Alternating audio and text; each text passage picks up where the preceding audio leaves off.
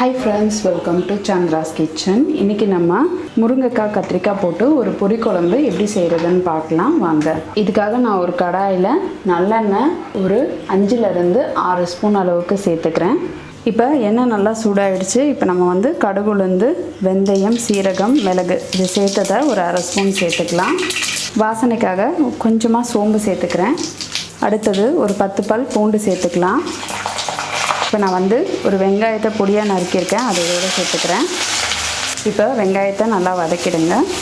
வெங்காயம் ஓரளவுக்கு வதங்கினதும் நம்ம ஒரு தக்காளி பழத்தை நறுக்கி வச்சுருக்கிறத இதில் சேர்த்துடலாம். சேர்த்துட்டு நல்லா இதை வதக்கிடுங்க.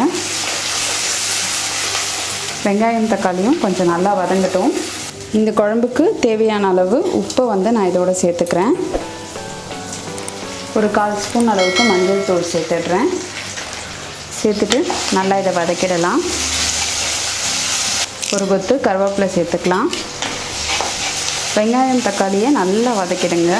இப்போ வெங்காயம் தக்காளி நல்லா வதங்கிடுச்சு. கத்திரிக்காயையும் முருங்கைக்காயும் நறுக்கி இதோட சேர்த்துக்கலாம். இதுக்கு கொஞ்சம் பிஞ்சு கத்திரிக்காய் அடுத்தது பிஞ்சு முருங்கைக்காவாக இருந்துச்சுன்னா நல்லா டேஸ்ட்டாக இருக்கும். இதை நல்லா வதக்கிடுங்க. இப்போ கத்திரிக்காயும் முருங்கைக்காயும் நல்லா வதங்கிடுச்சு. நம்ம இதோட மிளகாய் தூள் சேர்த்துக்கலாம். நான் குழம்பு மிளகாய் தூள் ஒரு 3 ஸ்பூன் அளவுக்கு சேர்த்துக்கிறேன். உங்கள் காரத்துக்கு ஏற்ற மாதிரி நீங்கள் மிளகாய் தூள் சேர்த்துக்கோங்க. சேர்த்துட்டு ஒரு வாட்டி இதை கலந்துடலாம்.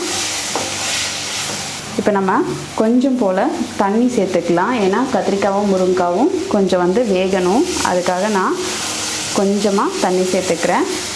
ஒரு 1/2 டம்ளர் அளவுக்கு தண்ணி சேர்த்துட்டேன். சேர்த்துட்டு இதை நல்லா கலந்துருங்க.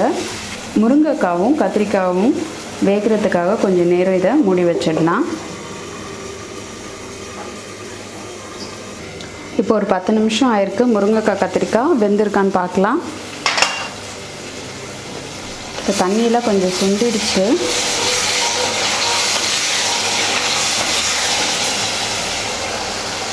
முருங்கைக்காய் ஒரு பாதி அளவுக்கு நல்லா வெந்திருக்கு. இப்போ நம்ம கொஞ்சம் போல் புளிக்கரைச்சல் இதில் சேர்த்துக்கலாம்.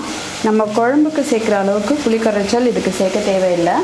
இதுக்கு நம்ம ஒரு சின்ன நெல்லிக்காய் அளவுக்கு புளியை கரைச்சி சேர்த்தா போதும். இது கூடவே நம்ம ஒரு 2 கீத்தளவுக்கு தேங்காவை அரைச்சதை சேர்த்துக்கலாம். கொஞ்சம் போல் தண்ணி சேர்த்துக்கலாம். சேர்த்துட்டு இப்போ நல்லா கலந்துடலாம். இப்போ நம்ம நல்லா கலந்துட்டு இதை நல்லா கொதிக்க விடலாம். முருங்கைக்காய் ஏற்கனவே பாதி அளவு நல்லா வெந்துருச்சு. இப்போ கொதிக்கும் பொழுது பார்த்திங்கன்னா முருங்கைக்காய் நல்லா வெந்துடும். ரொம்ப நல்லா டேஸ்ட்டாக இருக்கும். இப்போ இந்த முருங்கைக்காய் பொரி குழம்பை கொஞ்சம் கொதிக்க விடலாம். குழம்பு நல்லா கொதிச்சிடுச்சு. உங்களுக்கு நல்லா வாசனை வர ஆரம்பிச்சிடுச்சு. முருங்கைக்காய் கத்திரிக்காயோட வாசனையே நல்லா வருது இந்த குழம்புலேருந்து.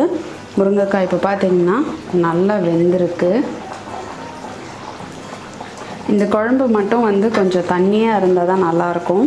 அதனால் இதை கொஞ்சம் தண்ணியாகவே வச்சுக்கலாம். இப்போ நம்ம ஸ்டவ் ஆஃப் பண்ணிவிட்டு கொஞ்சம் கொத்தமல்லி தழை சேர்த்துக்கலாம். கொஞ்சம் போல் கருவேப்பிலை சேர்த்துக்கலாம். நீங்களும் இந்த கத்திரிக்காய் முருங்கைக்காய் பொரி குழம்பை உங்கள் வீட்டில் ட்ரை பண்ணி பாருங்கள். ட்ரை பண்ணி பார்த்துட்டு உங்களுடைய ஃபீட்பேக்கையும் கமெண்ட்டையும் எங்களுக்கு சொல்லுங்கள். இதே மாதிரி இன்னும் நிறைய ரெசிபிஸ் உங்களுக்காக வந்துகிட்டே இருக்குது. இதுக்காக நீங்கள் செய்ய வேண்டியதுலாம் சந்திராஸ் கிச்சனுக்கு இது வரைக்கும் சப்ஸ்கிரைப் பண்ணலன்னா சப்ஸ்கிரைப் பண்ணிவிடுங்க. பக்கத்தில் இருக்கிற பெல் பட்டனையும் ப்ரெஸ் பண்ணுங்கள். நான் இன்னொரு சுவாரஸ்யமான ரெசிபியோடு உங்களை சந்திக்கிறேன். நன்றி, வணக்கம்.